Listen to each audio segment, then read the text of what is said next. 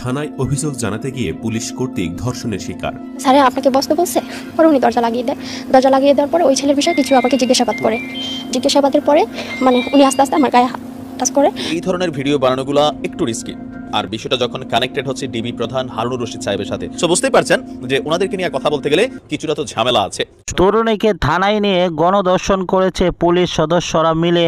কঠিনভাবে ফেঁসে গিয়েছেন ডিবি প্রধান হারুনুর রশিদ। হারুনুর রশিদ ফেঁসে গিয়েছেন এবং সেই ঘটনাকে নিয়ে চাঞ্চল্যকর অবস্থা সৃষ্টি হয়েছে। থানার ভিতরে একজন তরুণীকে কিভাবে দর্শন করেছে সেই মর্মত বর্ণনাগুলো সেই নারীর মুখ থেকে আমরা শুনে আসব। অত্যন্ত গুরুত্বপূর্ণ ভিডিওটি না টেনে শেষ পর্যন্ত দেখার অনুরোধ করছি। এই চ্যানেলে যদি নতুন হয়ে থাকেন, নতুন চ্যানেলটিকে এখনই সাবস্ক্রাইব করে পাশে থাকা বেল বাটনটি অন করে দেন। একটি লাইক দিয়ে দেখতে থাকুন সম্পূর্ণ ভিডিও। আসসালামু আলাইকুম, আমি নাইম, দক্ষিণ কোরিয়া থেকে। দর্শক, এই ধরনের ভিডিও বানানোগুলা একটু রিস্কি, আর বিষয়টা যখন কানেক্টেড হচ্ছে ডিবি প্রধান হারুনুর রশিদ সাহেবের সাথে, বুঝতেই পারেন যে এই মুহূর্তে হারুনুর রশিদ সাহেব মানে বাংলাদেশের পুলিশের জগতে আমাদের সাবেক পুলিশের আইজিবি যিনি বেনজির আহমেদ ছিলেন, আর পাশাপাশি আমাদের এই মুহূর্তে ডিবির প্রধান হারুনুর রশিদ সাহেব, ওনারা পুলিশ জগতে একটা সুপারস্টার লেভেলে জনপ্রিয়তা পেয়েছেন, আলোচিত হয়েছেন, সমালোচিত হয়েছেন। গণমাধ্যমও হিউজ পরিমাণ কাভারেজ তাদেরকে দিয়েছেন, আর তারাও একের পর এক চমকদার ঘটনা ঘটিয়েছেন। সো বুঝতেই পারছেন যে ওনাদেরকে নিয়ে কথা বলতে গেলে কিছুটা তো ঝামেলা আছে, অনলাইনেও আছে, অফলাইনেও আছে। বাট আজকের ভিডিওটা একটু ভিন্ন রকম। ডিবি প্রধান হওয়ার পরে আমাদের হারুনুর রশিদ সাহেব তিনি নানান ধরনের কর্মকাণ্ড করছেন। থানায় অভিযোগ জানাতে গিয়ে পুলিশ কর্তৃক ধর্ষণের শিকার। এ ধরনের ঘটনাগুলো আমরা সাধারণত সিনেমায় দেখে অভ্যস্ত, তবে এখন আর সিনেমায় নয়, বাস্তবেই ঘটছে এ ধরনের ন্যাক্কারজনক ঘটনা। তেমনি এক ঘটনায় তোলপাড় খুলনা, যেখানে অভিযোগ জানাতে এসে পিবিআই ইন্সপেক্টরের ধর্ষণের শিকার হয়েছে এক কলেজ ছাত্রী। বলতেছে বসেন, আমি কই এটা তো একটা রুমের মতো। পর বলতেছে এটা আমাদেরই রুম, এখানে আমরা থাকি, এখানে স্যারে আপনাকে বসতে বলছে। পরে উনি দরজা লাগিয়ে দেয়। দরজা লাগিয়ে দেওয়ার পরে ওই ছেলের বিষয়ে কিছু আমাকে জিজ্ঞাসাবাদ করে। জিজ্ঞাসাবাদের পরে উনি আস্তে আস্তে আমার গায়ে টাচ করে। খুলনার ডুমুরিয়ায় উত্ত্যক্তকারীর হাত থেকে বাঁচতে পুলিশ ব্যুরো অব ইনভেস্টিগেশনের একজন পরিদর্শকের সাহায্য চেয়েছিলেন এক কলেজ ছাত্রী। তবে সাহায্যের পরিবর্তে ওই ইন্সপেক্টর তাকে ধর্ষণ করেছে বলে অভিযোগ করেছেন ভুক্তভোগী ওই তরুণী। 15 মে দুপুরে খুলনা মহানগরীর ছোট মির্জাপুরে একটি পত্রিকা অফিসে এ ঘটনা ঘটে। এ ঘটনায় খুলনা সদর থানায় লিখিত অভিযোগ দিয়েছেন ওই তরুণী। সদর থানার ভারপ্রাপ্ত কর্মকর্তা ওসি হাসান আল মামুন ঘটনার সত্যতা নিশ্চিত করেছেন। পুলিশ ও ভুক্তভোগীর অভিযোগ সূত্রে জানা যায় 2021 সালে বিএল কলেজ থেকে এইচএসসি পাশ করেছেন ওই কলেজ ছাত্রী। সামাজিক যোগাযোগ মাধ্যমে ছবি সংক্রান্ত একটি সমস্যা নিয়ে 5 দিন আগে তিনি পিবিআই ইন্সপেক্টর মঞ্জুরুল আহসান মাসুদের কাছে যান। ওই পুলিশ কর্মকর্তা তাকে সহযোগিতার আশ্বাস দিয়ে কাগজি হাউসের ওই পত্রিকা অফিসের কক্ষে নিয়ে যান। সেখানে দীর্ঘক্ষণ অবস্থান করেন এবং সমস্যা সমাধানের প্রতিশ্রুতি দিয়ে তাকে ধর্ষণ করেন। এ ঘটনায় লিখিত অভিযোগ দেন ওই তরুণী। অভিযোগ পাওয়ার পর মেয়েটিকে নিয়ে খুলনা মেট্রোপলিটন পুলিশের উপপুলিশ কমিশনার সোনালী সেন, সহকারী কমিশনার ইয়োজিদ ইবনে আকবর ও খুলনা থানার ওসি হাসান আল মামুন ঘটনাস্থল পরিদর্শন করেন। এ সময় অফিস তালাবদ্ধ থাকায় পুলিশ তালা ভেঙে অফিসে প্রবেশ করে।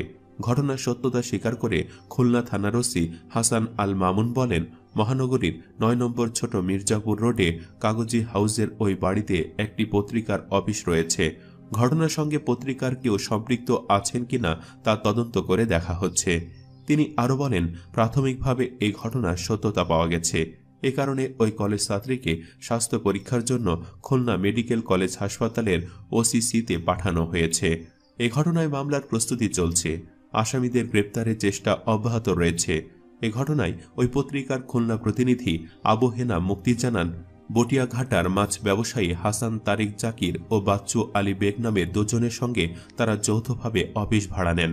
এক পাশে পত্রিকার অফিস ও অন্য পাশে তারা বসতেন। তিনি আরও জানান, তিনি খুলনার বাহিরে ছিলেন, তবে হাসান তারেক জাকির পিবিআই ইন্সপেক্টর মাসুদ সহ ওই মেয়েকে নিয়ে অফিসে যায় বলে তিনি শুনেছেন। জাকিরের ফোন বন্ধ থাকায় তিনি এ বিষয়ে বিস্তারিত কিছু জানাতে পারেননি।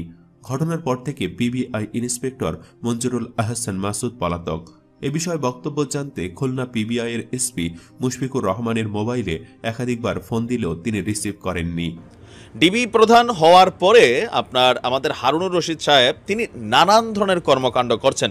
তো এর মাঝখানে আজকে গতকালকে 1 ফেব্রুয়ারি ডিবি কার্যালয়ে তিনি একটা ব্রিফিং করেছেন। সেই ব্রিফিংটা টোটালি ভিন্ন রকমের, লাখো লাখো যুবকের জন্য পজিটিভ একটা নিউজ তিনি দিয়েছেন।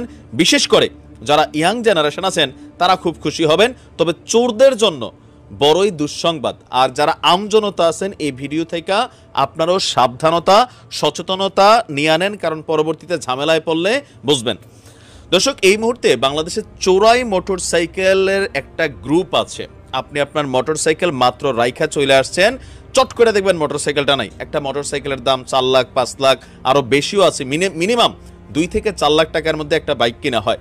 তো এমন বাইকগুলা যারা চুরি করে তারা নিয়ে সেটার নাম্বার প্লেট চেঞ্জ করে অথবা সামান্য পরিবর্তন করে, রং টং পরিবর্তন করে অনেক সাধারণ মানুষের কাছে গসাই দেয় একটা চ্যানেলের মাধ্যমে। আর পরবর্তী সময় অনেক মানুষ কিন্তু এই ধরনের বিপদে পড়ে, সস্তায় পাইয়া নতুন বাইক কম দামে কিনা পরে কিন্তু পুলিশের ঝামেলায় পড়ে। এতদিন যাবৎ যে সিস্টেমটা ছিল না, এবার থেকে সেই সিস্টেম চালু করার ঘোষণা দিয়েছেন ডিবি প্রধান হারুনুর রশিদ সাহেব। তিনি বলছেন চোরাই মোটরসাইকেল যার কাছেই পাওয়া যাবে তাকেই চোর হিসাবে সাব্যস্ত এবং গ্রেফতার করা হবে। এই প্রথম কিন্তু এই আইনটা হচ্ছে।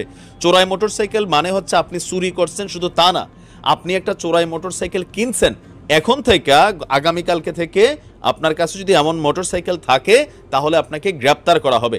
তো এখানে একটু বিষয়ও কানেক্টেড আছে। তিনি বলছেন যে কাগজপত্র নেই এমন মোটরসাইকেল। সম্মানিত দর্শক মণ্ডলী, সম্পূর্ণ ভিডিওটি দেখলেন এবং এই ভিডিও সম্বন্ধে অবশ্যই আপনাদের মূল্যবান মতামতটি কমেন্ট বক্সে জানাবেন। কেননা থানা সর্বদাই মানুষকে নিরাপত্তা দেয়, পুলিশ মানুষকে নিরাপত্তা দেওয়ার জন্যই তৈরি করা হয়েছে এবং প্রত্যেকটা থানা, জেলা, উপজেলা এবং গ্রাম ভিত্তিক পুলিশের ব্যবস্থা করা হয়েছে। তার একমাত্র কারণ হলো শান্তি শৃঙ্খলা যেন বজায় থাকে এবং নারীরা যেন সুরক্ষিত থাকে এবং দর্শন থেকে যেন মানুষ নিরাপদ থাকে।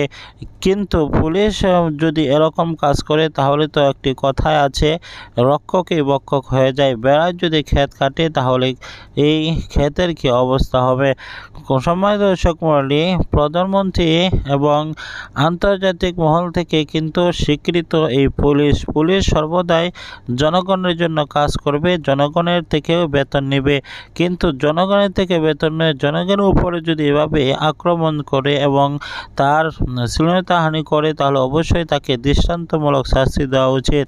আমরা মনে করি তাকে যেন দৃষ্টান্তমূলক শাস্তি দেয়, আর সেই শাস্তি দাবি করব ডিবি প্রধান এবং পুলিশ প্রধানদের কাছে। বড়রা যদি তাদেরকে শাস্তি দেয় অবশ্যই তা